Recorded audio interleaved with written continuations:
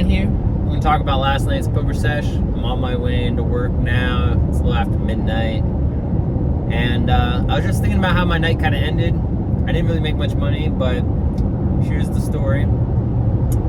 I was immediately, at the beginning of the night, I immediately bluffed, and it was against Ace King. I knew he had two face cards, and he called me down anyway. And like I bet half my stack on the short, half my stack on the river. And he called both bets with Ace High, was right. Kind of frustrated, lost some money, and then by the end of the night, I'm working on getting it back. I did do a little meditation after that, which I think extremely helps after feeling frustration. And I'm back in like Zen mode, and it's been a couple hours, and another local poker grinder sits at my table, and usually, even if we don't even know each other's name, we give each other that respect. You know, we nod at each other right away before even was sitting down. We was like, you know, what's up? And so I get into a hand with him where I have Ace Jack, and he limps under the gun and checks the flop. I bet the flop on a Jack High board.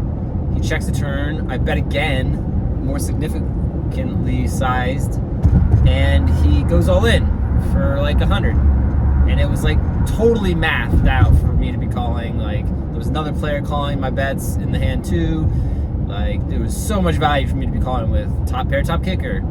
And I don't rush my decision, and I'm like, well, what kind of hands would this guy of check raise to be? It's like, well, I thought he might be pretty strong limping under the gun. He probably has a pocket pair that's small and probably hit a set. Because like, what would he have jammed? What would he check raise me with? He's not going to do that with King Jack or Queen Jack. He's not going to do that even with like a Jack 8, which would have been then two pair. And it's like, okay, he's got to just have a set here, right? Like deuces is the only thing. That's like the only thing left, right? There's a deuce out on the flop. So after like tanking like almost 2 minutes, I fold. And I say to him before he mucks, I'm like, I just fold the top, and then he flashes me pocket deuces for the bottom set. And I'm like, nice. And it was just like, even though I had like the most insane value to call his like $70 more, I didn't. And I was right not to, because I was drawing dead at that point going into the river. So I felt really good, you know, a little pat on my own back. And then not even 2-3 minutes go by, and he makes it, he limps again in early position, and no, he doesn't limp, my bad, he's big blind this time. So the whole table's limping, and I limp in position, like on the button, I believe, or on the cutoff, and I have 10-7 suited clubs.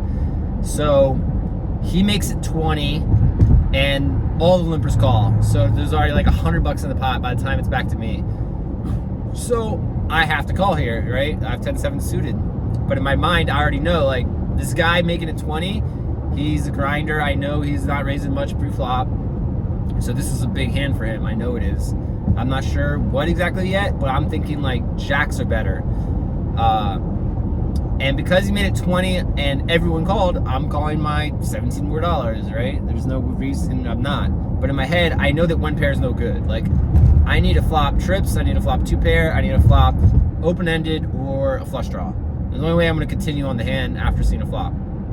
So, flop comes, 10-7, something low. So I flop top two pair, right?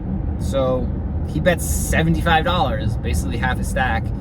And I'm like, whoa, 75? Like, that's a really big jump into the spot. Like, he's definitely got an overpair, maybe even as high as kings or aces, because even jacks or queens, I don't think he even bets that large. So he's really trying to protect his pocket pair. So I'm sitting there with top two, and I'm just like, you know, I'm gonna go all in here clearly, and let's see how he reacts. I go all in, and he basically, I didn't also mention that he seemed frustrated. He was talking about the dealers sucking, and he just seemed like in a little frustrated mode. And he didn't think at all, and he just snap calls. And when he snaps, I'm like, bro, you know I just outflopped you. And he's like, if you did, I need an ace. It's like, in my head, I'm just thinking, you know, I just showed you tons of respect folding top, and I was right, and I'm clearly not jamming over top of your $75 bet without having an overpair beat. Like, I would never do that with just one pair. So, like, had he just taken a breath and realized the situation he put himself in, he should have clearly known I had better than overpair. You know, like, I wouldn't even be doing that with jacks or queens or kings, right? And of course he has pocket aces, and of course I just hold with top two. I actually turned a boat, which was irrelevant because he's still just looking for an ace to spike a bigger hand than top two. But I just thought it was kind of interesting, you know, a little like, you could just, you know, being in the right mindset, being calm and collect, and really just understanding how people can possibly make raises, and how, you know, putting people on hands before making your decision, even when you have aces, is the right move. And to make that all even better, 5 minutes prior to this whole story, I had gotten kings, made it 23 pre-flop, got 2 callers, and the board came ace 3-4 or ace 4-5, and, you know, as soon as someone bet out, I'm just like, okay, bye kings. You know, there's an ace out there, clearly someone's got an ace, and it's not hard to lay down one pair in this game. You know, you don't need to put all your chips in with one pair. People do it so often that, I mean, that's pretty much how you go broke, is just getting called by better. You know, it's really not that hard to beat one pair. It happens all the time.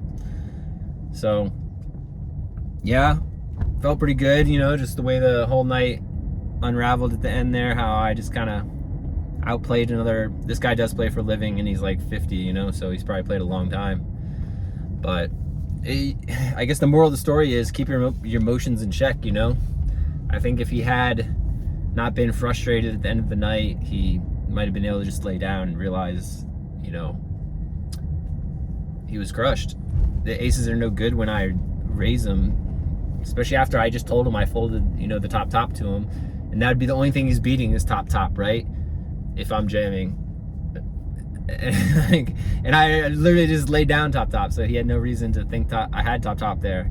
He had to have known if he would have thought I have aces beat, and he should just muck them, even though it feels bad, right? I don't know. I might just be rambling at this point. Thanks for watching. Hit the like if you like it. Peace.